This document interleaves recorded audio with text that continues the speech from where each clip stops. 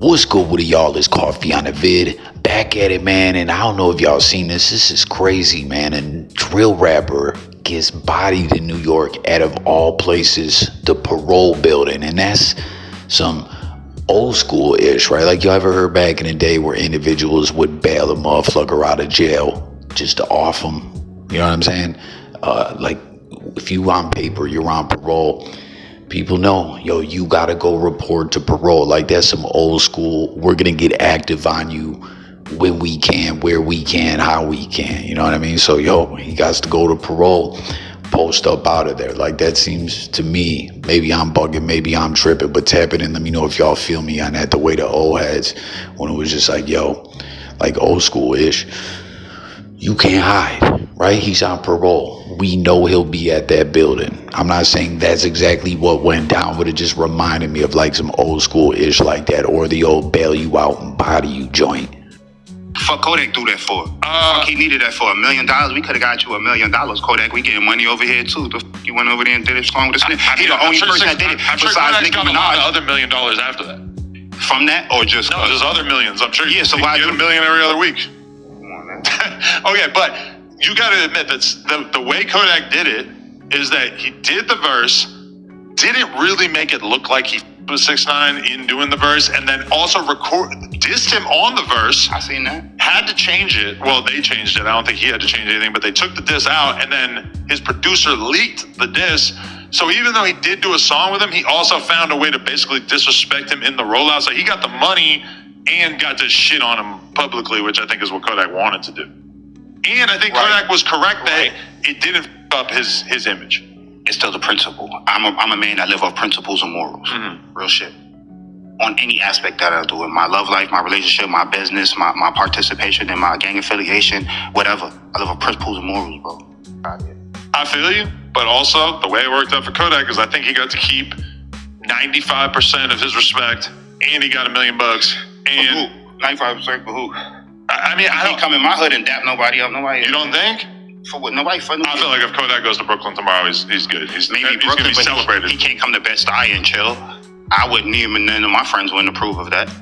So check it out, man. Adam 22 typically says a lot of bull-ish, but keeping it a buck, man, I feel like he's right on this one. Like, Kodak, tap in how you feel about it, right? He got to the bag, and he did diss 6ix9ine, leaked it out, like he got the bag. And I know what Billy Otto's talking about, like in the hood, individuals might look at him some way, but in the game, he's still pushing on as whatever, with the respect intact. I remember him and 1090 Jake was beefing behind this and ish like that, but he did get the bag. He did diss 6ix9ine, and the way he leaked it out, I gotta agree with Adam on this one. That was a cold rollout campaign, and he got the money. You know what I mean? Like, 6ix9ine's all over the place right now with the Vlad TV interview.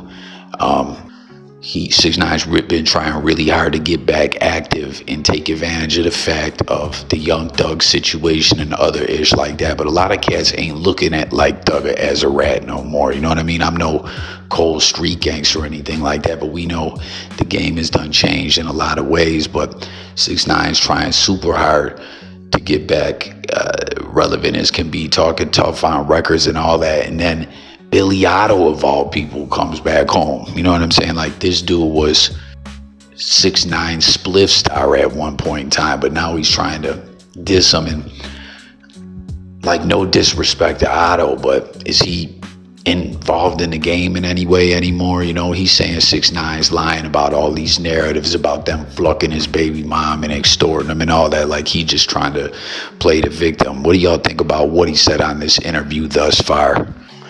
And what was he talking about when he was like, yo, Kodak, we could have got you $1 million. We getting money over here too. Like, is Otto getting into some money that I'm not aware of?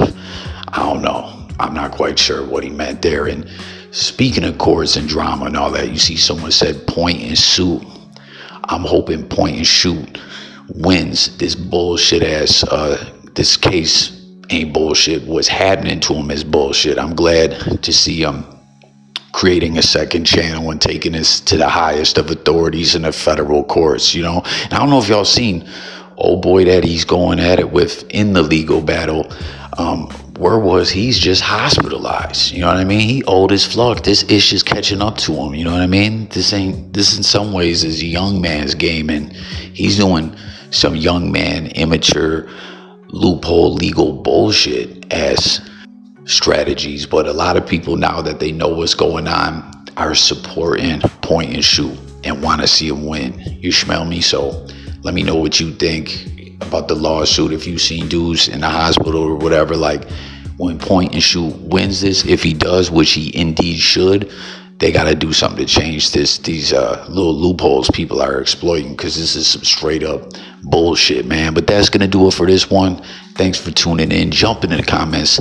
Let's talk about it all. As always, it's coffee. It's about hearing from y'all, the good people of the blogosphere. So sub up, tap in, and I get with y'all on the next one. Peace.